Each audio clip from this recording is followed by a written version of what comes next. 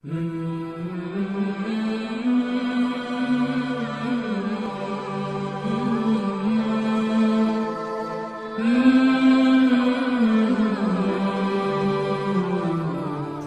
عليكم ورحمة الله تعالى وبركاته. وعليكم السلام ورحمة الله تعالى وبركاته. صلوا على النبي. اللهم صل على سيدنا محمد وعلى آل سيدنا محمد وبارك وسلم. أحمدنا ونصلي على رسول الكريم.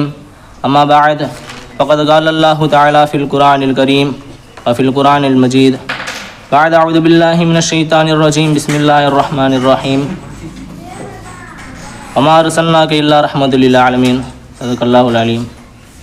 நம்ம எல்லாம் முஸ்லீமாக முக்மீனாக ஆக்கிய அருள் புரிந்தானே, அத்தகைய அல்லாஹ்வுக்கே உண்டாகுவதாக. அல்ஹம்துலில்லாஹ் அல்ஹம்துலில்லாஹ் அல்ஹம்துலில்லாஹ். மேலும் கருணையால் இறைந்த கருணை கடலாகிய நபி ஸல்லல்லாஹு அலைஹி வஸல்லம் அவர்கள் உம்மத்தில் நம்மளை ஆக்கிய அருள் புரிந்தானே, அத்தகைய அல்லாஹ்வுக்கே உண்டாகுவதாக. அல்ஹம்துலில்லாஹ் அல்ஹம்துலில்லாஹ் அல்ஹம்துலில்லாஹ். மேலும் நாம் கேட்காமலே ஷேக் நாயத்துடைய கையை பிடிக்கக்கூடிய பாக்கியத்தையும் இந்த மசாலா ஓதக்கூடிய பாக்கியத்தையும் கொடுத்தானே, அத்தகைய அல்லாஹ்வுக்கே உண்டாகுவதாக. அல்ஹம்துலில்லாஹ் அல்ஹம்துலில்லாஹ் அல்ஹம்துலில்லாஹ். நண்பர்களே, ஒரு யூதர் வாலிபர் ஒருத்தர் இருக்கிறார். அவருக்கு என்ன ஒரு பழக்கம் என்று பார்த்தார், உலகம் முழுவதும் சுற்றி வருவார். உலகம் முழுவதும் சுற்றி வருவார் நண்பர்களே. ஒரு சுதந்திர பறவை போல் அவர் வாலிபல்ல, சுதந்திர பறவை போல. அதான் ஒருத்தவங்க ஒரு ஹேபிட் சொல்லுவாங்களே, அவர் ஹேபிட் பார்த்தோன்னா உலகம் முழுவதும் சஃபர் செய்வது. இதுதான் அவரோட ஹேபிட்டாக இருந்துச்சு. ஒரு தடவை என்ன ஆகுது, அவர் ஜெர்மன் போகக்கூடிய ஒரு சூழ்நிலை கிடைக்கிது நண்பர்கள். அவரும் ஜெர்மனுக்கு செல்கிறார். அங்கே சென்று ஒரு ஹோட்டலில் தங்கி இருக்கிறார். ஹோட்டல் மாடி இருக்குல்ல, அந்த அறையில் தங்கி இருக்கிறார். அப்போது ஜன்னல் வழியாக சரி காற்று வாங்குமேன்னு சொல்லிட்டு ஜன்னல் வழியாக வந்து எட்டி அப்படியே காட்சிகளை ரசிக்கிறார் நண்பர்களே.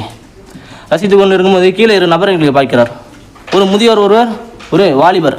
இந்த இருவரே பார்க்கிறார். அந்த நபர் என்ன தான் பண்ணுறாங்க அப்படின்னு சொல்லி பார்த்துட்டு இருக்கார். மேலேருந்து பார்த்துட்டு இருந்தால் நண்பர்களே, அவர் அந்த முதியோரும் அந்த வாலிபரும் என்ன பேசி கொண்டு இருக்கிறார்கள். பேசி கொண்டு இருக்கும் சமயத்தில் அந்த முதியோர் திடீர்னு என்ன கோபம் அடைகிறார். மிகவும் கோபம் அடைந்து அந்த வாலிபனை அறைந்து விடுகிறார். அறைந்து விட்ட உடனே அந்த வாலிபருக்கு வந்துச்சு பாருங்க கோபம். சட்டையை பிடிச்சிட்டாரு, கையை தூக்கி அடிக்கலான்னு சொல்லிட்டு கையை ஓங்குறாரு. அப்போ அந்த முதியோர் இருக்காருல்ல, அவர் ஏதோ முழங்குறாரு. என்ன சொல்கிறாரு அந்த வாலிபனிகிட்ட. சொன்னோன்னே எந்த கையை அடிக்க ஓங்குச்சோ அந்த கையை இறங்குது. எந்த கையை அவர் காலரை பிடிச்சதோ அது அப்படியே பொறுமையாக விட்றாரு. அவர் விட்டோன்னே எவ்வளோ கம்மியாக செலுத்த முடியுமோ அவர் முசாபெல்லாம் செஞ்சு அந்த முதியோரை அனுப்பி விட்றாரு. அனுப்பி விட்டுறாரு. இந்த காட்சிலாம் பார்த்துட்டு இருந்தார் பார்த்தியா யூதர் மேலேருந்து. அவருக்கு ஒன்றுமே விளங்கலை. என்னடா ஒரு வாலிபர் இருந்தார், முதியோரத்தை இருந்தாங்க. சரி இவர் முதியோரை அடிச்சிட்டாரு, இந்த வாலிபன் போட்டு அடிச்சிருக்கலாமே, அந்த அளவுக்கு சக்தி இருந்துச்சு, இருந்தாலும் விட்டுட்டு போகிறாரு அவர் என்ன சொன்னதுக்கு அப்படின்னு சொல்லிட்டு யோசிக்கிறார். தகச்சிடுறாரு. இவருக்கு என்னதான் அப்படி சொல்லியிருப்பார் அப்படின்னு சொல்லி தகச்சிடுறாரு. சரி நம்மளே போய் கேட்போம்னு சொல்லிட்டு மேலே மாடியிலேருந்து இறங்கி அவர் விருன்னு போயிட்டு அந்த வாலிபனை பிடித்து, இந்த மாதிரி மேலே தாங்க இருந்தேன், இங்கே இந்த நடக்கக்கூடிய அனைத்து செயலும் நான் பார்த்து கொண்டு இருந்தேன், என்ன ஆச்சு உங்களுக்குள்ள, என்ன பிரச்சனை அப்படின்னு சொல்லிட்டு அதை கேட்குறான். அந்த பிரச்சனை பற்றி கேட்குறான் நண்பர்களே. அந்த வாலிபன் கூறுகிறார், ஆமாங்க எனக்கும் அவருக்கும் சின்ன ஒரு கடன் பிரச்சனை, அது விஷயமா கொஞ்சம் பேசிகிட்டு இருந்தோம் அவர் கொஞ்சம் கோபமாயிட்டார். கோபமாகி என்னை அடிச்சிட்டார், என்னை அரைஞ்சு விட்டார். நானும் அடிக்கலான்னு சொல்லிட்டு கையை வாங்கினேன். எம்பெருமான் ரசூல் ஸல்லல்லாஹு அலைஹி வஸல்லம் அவர் கூறிய ஒரு வார்த்தையை கூறினார். அது கேட்டவுடனே என் மனசு கேட்கல, என் மனசு உருகுது, அதனால் அவள் விட்டுட்டேன் அவரை அப்படின்னு சொல்லிட்டு சொன்னோன்னே இவருக்கு ஒன்றுமே வழங்கலை. யார் ரசூல் என்னென்ன புரியல, என்னங்க சொன்னார் அவர் சொல்லுங்கள் அப்படின்னு சொல்லி கேட்குறாரு. சொன்னோன்னே வாலிபர் சொல்லிக்கிறான் நண்பர்களே, மல்லம் ஏறும் சகீரனா வலம் யூ வக்கீர் கபீரனா ஃபலைஸ மின்னா. யார் நம்ம சிறுவயதில் இறக்கம் காட்டவில்லையோ, இன்னும் பெரியவருக்கு கண்ணியம் செலுத்தவில்லையோ, ஃபலைஸ மின்னா அவன் நம்ம சார்ந்தவில்லைன்னு சொல்லிட்டு என் பெருமாள் ரசூல் ஸல்லல்லாஹு அலைஹி வஸல்லம் அவர்கள் கூறி இருக்கிறார்கள். அது கேட்டவுடனே என் மனசு கேட்கல, நான் அவரை விட்டுட்டேன் அப்படின்னு சொல்லிட்டு யார் அந்த நபர் கூறுகிறார். இதெல்லாம் கேட்டா யூதர் அவருக்கு ஒன்றுமே புரியல. என்னடா ஒரு வாலிபன் நேற்று சொன்ன பெற்றவங்க பேச்சே கேட்க மாட்டான், வேணாப்பா இங்கே போவாது அப்படின்னு சொல்லிட்டு தடை போட்டு வச்சா அந்த தடையெல்லாம் உடைச்சிட்டு போகிறான். யார் ஒரு வாலிபன். யாரோ 1400 வருஷத்துக்கு முன்னாடி ஏதோ வாழ்ந்த ஒரு நபர் கூறிய ஒரு வார்த்தை இன்று ஒரு வாலிபனுடைய கல்வியை உருக்குகிறது என்று சொன்னால் அது என்ன வார்த்தை, அதை பற்றி ஆராய்ச்சி பண்ணுற பிற்காலத்தில் இஸ்லாத்தை உண்மையான இஸ்லாம் இதுதான் உண்மை மார்க்கம் சொல்லிட்டு இஸ்லாத்தை ஏற்றுக்கொள்கிறார் நண்பர்களே. எப்படியாப்பட்டது இஸ்லாத்தை ஏற்றுக்கொண்டு அந்த நபர் பார்த்தீங்கன்னா நண்பர்களே ஆங்கிலத்தில் முதலாக தர்ஜுமா எழுதுறார். எதுக்கு? குரானுக்கு தர்ஜுமா எழுதுறார். அவர் பேர் பார்த்தீங்கன்னா நண்பர்களே முகமது யூசுப் மர்மைன் டிக் டாக் அவர் பேர். முகமது யூசுப் மர்மைன் டிக் டாக் அவர் பேர். நண்பர்களே, நபி ஸல்லல்லாஹு அலைஹி வஸல்லம் அவர் கூறிய ஒரு வார்த்தை தான் எப்படியாப்பட்டவர்களுக்கு ரஹமத்தாக இருக்கிறது. 1400 வருஷம் ஆகி இருந்தும் ஒரு வாலிபனுக்கு ஒரு ரஹமத்தாக இருந்துச்சு, ஒரு முதியோருக்கு ரஹமத்தாக இருந்துச்சு. யூதர் கேட்டார் பத்தி அவருக்கு என்ன பண்ணாரு, அவருக்கு ஒரு ரஹமத்தாக இருந்துச்சு. யூதராகவே வாழ்ந்து மறைந்து இருந்தால் அவர் எங்கே சென்று இருப்பார் அவர் நேரம் நரகத்தில் வேதனை அனுபவிச்சுட்டு இருப்பார். ஆனால் அப்படி ஆக்கல ரசூல் ஸல்லல்லாஹு அலைஹி வஸல்லம் வார்த்தை, ஒரே ஒரு வார்த்தை தான், எப்படி வார்த்தை முஸ்லீம் ஆக்கி அவனை சொர்க்கம் செல்லக்கூடியவராக ஆக்குச்சு பாருங்க. நண்பர்களே, ஒரு தடவை ரசூல் ஸல்லல்லாஹு அலைஹி வஸல்லம் அவர்களை அனஸ் நாயகத்தை ஏவுறாங்க ஒரு விஷயமா. அனஸ் நாயகம் யார்? ரசூல் ஸல்லல்லாஹு அலைஹி வஸல்லம் ஒரு ஹாதிம், அவங்களுக்கு அடிமை அவங்க ரசூல் ஸல்லல்லாஹு அலைஹி வஸல்லமுக்கு.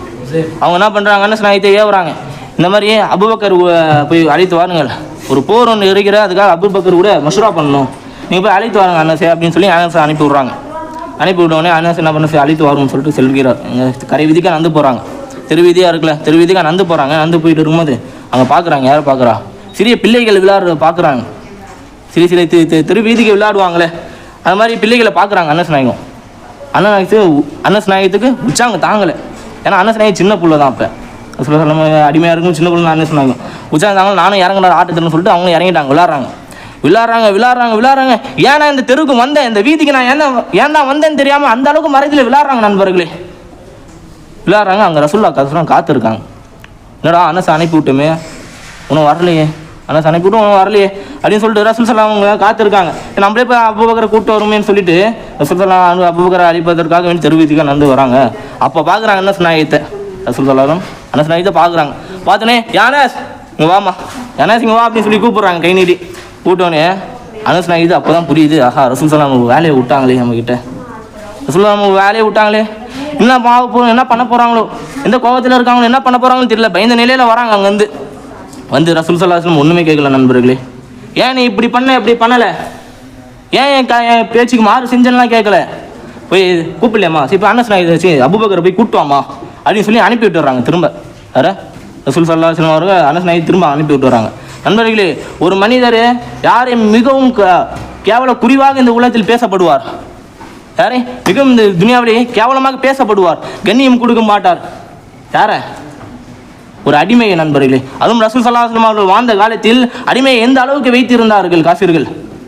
ஒரு கண்ணியம் இருக்காது, ஒரு மதிக்கத்தக்க பேச்சு இருக்காது அவங்க கிட்ட, மரியாதை குறைவான, எப்பயுமே மரியாதை குறைவான பேச்சு தான்.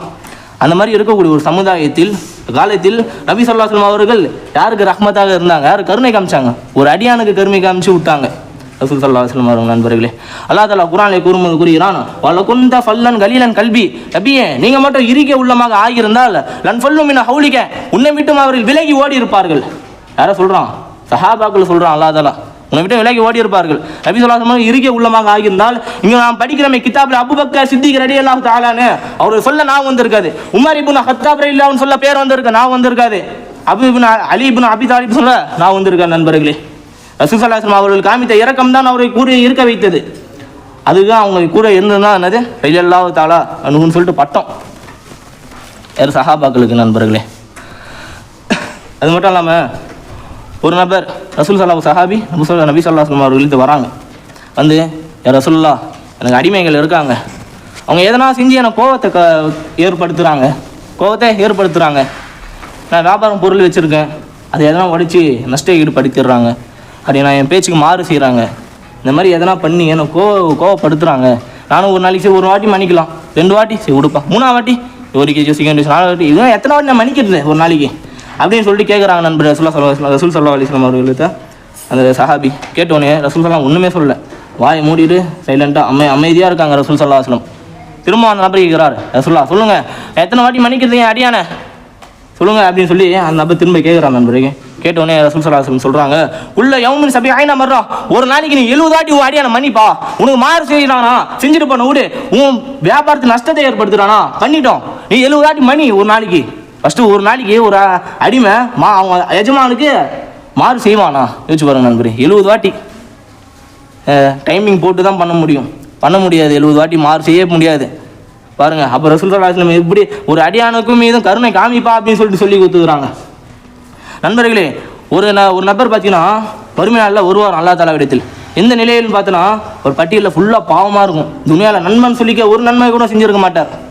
அந்த நிலையில் அல்லா தாலா விடத்தில் வரும்போது அந்த அல்லாஹ் அவர்கிட்ட கேட்பானா, நான் இத்தனை நாள் உன் துனியாவில் வாழ வச்சேன்ப்பா, இதனால் உன்னை துனியாவில் வாழ வச்சேன், நீ எனக்காக என்ன செஞ்ச, என்ன அம்மலை செஞ்சு வச்சிருக்க, உன்னை மறுமையில என்ன தயார் பண்ணி வச்சிருக்க அப்படின்னு சொல்லி அல்லா தாலா கேட்பானா நண்பர்களே.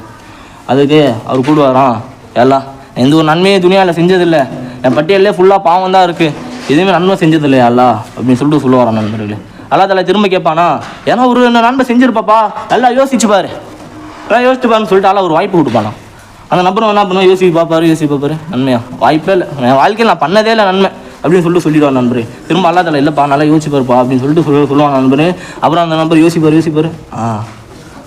ஒரு நன்மை செஞ்சுருக்கேன் அல்லா, ஒரு நன்மை செஞ்சுருக்கேன், என்ன நன்மை பார்த்த நன்மை என்ற பார்த்த நண்பர்களே, நீ எனக்கு துனியாவிலே நிறையா செல்வத்தை கொடுத்துருந்த, இந்த செல்வத்தை என்ன பண்ணுவேன், ஏழைகளுக்கு கடன் கொடுப்பேன், தர்மம் செய்ய கடன் கொடுத்துருவேன். இந்த வசூலிப்பேன்னு சொல்லிட்டு நான் ஒரு ஆளை வச்சுருப்பேன், அந்த ஆளுக்கிட்ட சொல்லுவேன், அந்த நபர்கிட்ட சொல்லுவேன், இந்த மாதிரி ஏழைகள் நிறையா பேர் கடன் கொடுத்துருக்கேன், அவர் என்னால் கட்ட முடியல, கொஞ்சம் கால அவகாசம் கேட்டால் கால அவகாசம் கொடுத்துருப்பா, அவங்கள போட்டு வற்புறுத்தாத, கால அவகாசம் கொடுத்துரு, அப்படி என்னால் கட்டவே முடியாது, வாழ்நாளெலாம் கட்ட முடியாது கடத்தை அப்படின்னு சொல்லிட்டு சொன்ன என்ன ஒரு ஏழை, விட்டுடுப்பா, தள்ளுபடி செஞ்சிரு கடத்தை அப்படின்னு சொல்லிட்டு அந்த நபர் சொல்லி அனுப்புவாரான் நண்பர்களே. இது அல்லா தாலா கிட்ட சொல்கிறாரு. அல்லா தாலா சொல்கிறான், நீ என்னுடைய ஹல்கின் மீது இறக்கம் காமிச்சாயா, நான் உண்மை இறக்கம் காமிச்சிட்டேன், நீ சொர்க்கத்துக்குன்னு சொல்லி அல்லா தாலா தொத்தி விட்டுருவானா. எங்கே சொர்க்கத்துக்கு நண்பர்களே. வாழ்க்கையில் ஒரு அமல் செஞ்சிருப்பாரா, ஒரு தொழுது இருப்பாரா, தக்பீர் கட்டி அல்லாஹ் தாலான்னு சொல்லி அல்ஹம்து சூரா ஓதி இருப்பாரா, எனக்கு தெரியுமா அவருக்கு? இல்லை, கிடையவே. ஒரே ஒரு நன்மை என்னது, ஹல்கின் மீது ரஹமத்து பார்த்தது என்னது, கருணை காமிச்சார், அது மட்டும்தான் அவர் செஞ்ச ஒரு நன்மை. அதெல்லாம் அல்லா தாலா மனுஷ்டான் நண்பர்களே. ஹதீஸ்லே வருகிறது மல்லம் இரஹமின் நாச, யார் மக்களின் மீது இரக்கம் காட்டவில்லையோ லம் இரஹமில்லாஹு, அல்லாஹ் அவர் மீது இரக்கம் காட்ட மாட்டான் அப்படின்னு சொல்லிட்டு ஹதீஸ்லே வருகிற நண்பர்களே. நமக்கு தெரிஞ்ச ஒரு சம்பவம் தான். ஒரு பெண்மணி இருப்பாங்க, இப்படி இந்த நிலையில் விபச்சாரம் செய்யக்கூடிய ஒரு பெண்மணி ஒரு நாய்க்கு என்ன பண்ணுவாங்க, தண்ணீர் வைப்பாங்க, நாய்க்கு தண்ணீர் வைப்பாங்க. அதன் காரணமாக அல்லாஹ் என்ன பண்ணுவோம், அவங்கள மன்னிச்சிடுவான். நோன்பு வச்சுருப்பாங்களா அவங்க? கிடையாது. இஸ்லாத்தை ஏற்றுருப்பாங்களா? இல்லை. என்ன பண்ணாங்க, வெறும் நாய்க்கு தண்ணி வச்சாங்க நண்பர்களே. அயனே நஜீஸ் தான் நாய்க்கிடும். அந்த நாய்க்கு தண்ணி வச்ச காரணமாக அல்லா தாலா என்ன பண்ணிட்டான், அவங்கள மன்னிச்சிட்டான். இன்னும் ஒரு சம்பவம் இது போல் இருக்குது. இமாம் கஸாலி ரஹ்மத்துல்லாஹி அவர்கள், அவர் பார்த்தீங்கன்னா நண்பர்களே, தன்னுடைய மௌத்துக்கு பின்னாடி அவருடைய நண்பர் கனவுலே வருகிறார். யார்? இமாம் கஸாலி ரஹ்மத்துல்லாஹி அவர்கள் வந்து இந்த மாதிரி நண்பரும் இமாமும் பேசிகிட்டு இருக்கும் சமயத்தில் நண்பர் கேட்குறாரு, அல்லாஹ் உன்னை புரிந்து